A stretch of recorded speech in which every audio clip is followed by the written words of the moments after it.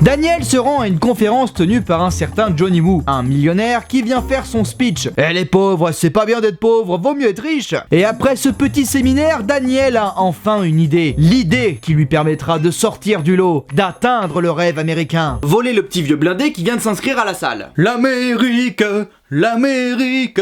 Il embarque son pote Adrian dans l'affaire et aussi Paul, un type fraîchement sorti de prison qui a trouvé l'amour de Dieu en tôle. Une belle brochette de winners. Ils se rendent dans un club de striptease. Attendez une minute, j'ai déjà vu cette tête quelque part. Ah, je le savais, c'est bel et bien Nikki Benz, une célèbre actrice pornographique. Je l'ai reconnue. Et le pire, c'est que t'en es fier. Donc, la nouvelle équipe se rend dans un strip club, on y fait la rencontre de Sorina, une stripteaseuse. Daniel leur parle à nouveau de son plan, mais ni Paul ni Adrian ne sont chauds. Enfin, jusqu'à ce que Adrian s'aperçoit que les stéroïdes qu'il prend le rendent impuissant. Et il faut le savoir, se remettre la quéquette d'aplomb, ça coûte une blinde. D'ailleurs, Paul aussi change d'avis quand il a pété la gueule du pasteur qui l'hébergeait. Blasphème! À sa décharge, le pasteur voulait soulager Paul. Soulager dans quel sens? Je peux te soulager, Paul. Tous les sens. Allez, c'est parti pour les préparations et des tentatives plus catastrophiques les unes que les autres. Finalement, c'est avec des déguisements de ninja et des tasers qu'ils finissent par le kidnapper. Les salauds, ils ont capturé Monk! Ils le ramènent dans un entrepôt d'accessoires pour adultes, la torture commence, mais le riche client du nom de Victor Kershaw reconnaît Daniel. Ton infect aux toilettes à la vanille écœurante. Mais le plan continue, Daniel lui fait perdre tout, sa femme, son gosse, son job, il a plus rien à perdre alors suce son zob. Paul commence à sympathiser avec Victor en le convertissant au christianisme. Victor, reconnais-tu Jésus-Christ comme ton sauveur et ton Seigneur? Il a le pouvoir de faire ça? Et pas seulement! Jésus-Christ lui-même, dans sa bonté, m'a accordé plusieurs dons. Par exemple, celui de cogner un mec et de le foutre KO. Bon, après plusieurs semaines de torture, Kershaw finit par céder tous ses biens. Malheureusement, maintenant, il faut le buter. Ce qui ne plaît pas trop à Paul, puisque maintenant, ils sont devenus potes. Mais bon, Daniel lui dit que Dieu le veut, alors allons tuer Victor. En fait, Daniel, c'est un inquisiteur. Ah si, vous pouvez tuer. Mais Dieu n'a-t-il pas dit « tu ne tueras point » Oui, alors déjà, c'est plus un conseil qu'un ordre divin, et en plus, vous n'avez pas la suite de la citation. « Tu ne tueras point, sauf les gens qui ne croient pas en moi. » Ah bah, si c'est Dieu qui le dit, alors...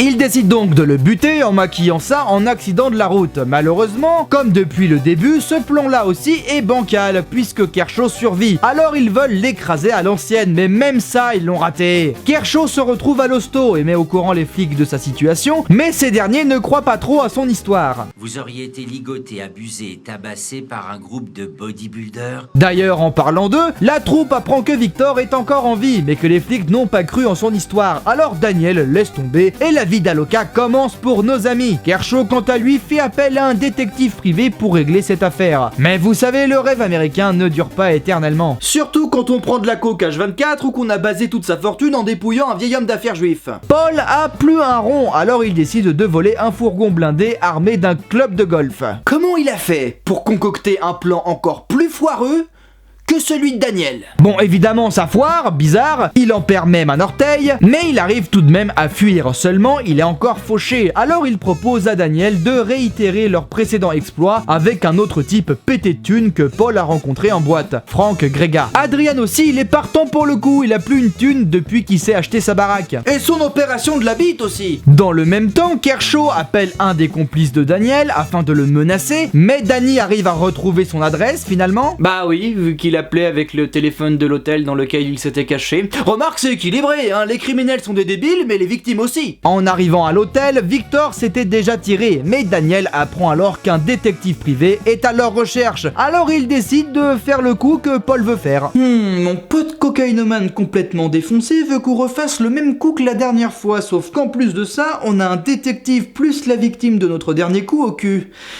Mais qu'attendons-nous? Donc ils se font passer pour des hommes d'affaires et rentrent en contact avec Frank Grega. Mais lors d'un dîner, le petit Frankie fait part de ses inquiétudes à Daniel. Et vous là, vous êtes une bande d'amateurs merdiques. Non mais attendez, j'avais fait un diapo et tout, je me suis donné à fond sur ce projet. Le bodybuilder commence à le frapper et Frank meurt malencontreusement. Du coup, sa femme qui était là pète un câble, alors Adrian la drogue pour la calmer, mais il a forcé sur la dose alors elle meurt aussi. Donc, plan B. Voire C, D, E, F, G, H jusqu'à Z. Daniel part avec Paul, piquer tout leur fric dans leur coffre-fort pendant qu'Adrian masque la scène du crime. Et il y arrive? Un véritable nettoyeur. Oh mon Dieu, papa, regarde, j'ai une vilaine tache. Et voir. Oh, en effet, quelle vilaine tâche. Je m'en occupe, fiston.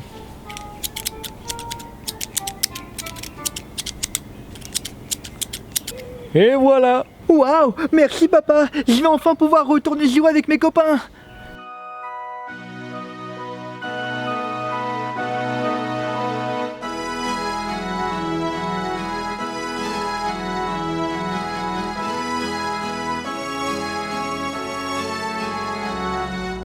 Malheureusement, n'ayant pas le bon code, il n'arrive pas à ouvrir le coffre. Daniel retourne donc chez Adrian pour aller chercher les corps afin de les faire disparaître en les découpant et en faisant cuire leurs mains au barbecue afin d'effacer leurs empreintes. Nicolas. Et alors là, tout va s'enchaîner très vite. Parce que nos super criminels laissent des traces de partout, ce qui attire l'attention des flics qui commencent à faire le lien entre la disparition de Frank et l'histoire de Kershaw. Puis nous rattrapons le temps, Daniel se fait arrêter ainsi que ses collaborateurs. C'est l'heure du procès et leurs condamnations sont... chargé. Paul prit 15 ans de tôle parce qu'il a collaboré avec les policiers, alors qu'Adrian et Daniel furent condamnés à mort. Et fin de cette incroyable histoire. Et ma foi, c'était plutôt chouette. Ouais, je sais pas comment je peux dire ça d'un film de Michael Bay, n'étant vraiment pas un fan du bonhomme, mais ce film est juste incroyable de dynamisme. Le style de Michael Bay se fond parfaitement dans cette histoire qui, en plus de ça, est une histoire vraie. Alors je sais pas si tout est absolument vrai, il y a sûrement quelques ajustements. Cependant, même si la moitié des événements racontés sont vrais, c'est un truc de malade. En fait, ce que je trouve vraiment appréciable, c'est que Michael Bay sort de ses habitudes avec ce film. Il est sorti en 2013. À l'époque, Michael Bay avait déjà une trilogie Transformers à son actif. Transformers qui sont quand même des films qui ne font que l'éloge des États-Unis avec leurs sponsors par l'armée. Une vision très patriote. Alors que No Pain No Gain va justement critiquer cela, critiquer le principe du rêve américain, de voir jusqu'où peuvent aller les gens pour l'atteindre. Et bien sûr The Rock. Je pense sincèrement que c'est son meilleur rôle. Loin du papa gentil ou du héros indestructible, ici il joue un cocaïnomane qui se sert de la religion pour justifier ses actions. No Pain No Gain est une anomalie selon moi dans le sens où il est réalisé par un type dont je n'apprécie pas trop le travail habituellement et surtout avec un acteur dont je n'apprécie pas le travail non plus puisqu'il est habitué à jouer des rôles complètement lisses. Alors ? Il devient ramollo sur ses vieux jours. Ouais, tu m'étonnes. Bon, maintenant, écoutez-moi. Ça a marché. Ah, génial ça. Allez, bye bye les Allemands.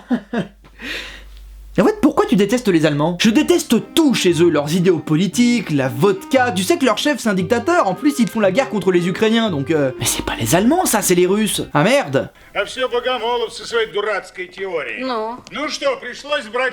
Ah, dis, t'aurais pas une autre anomalie contre celle-là? Non. Bon.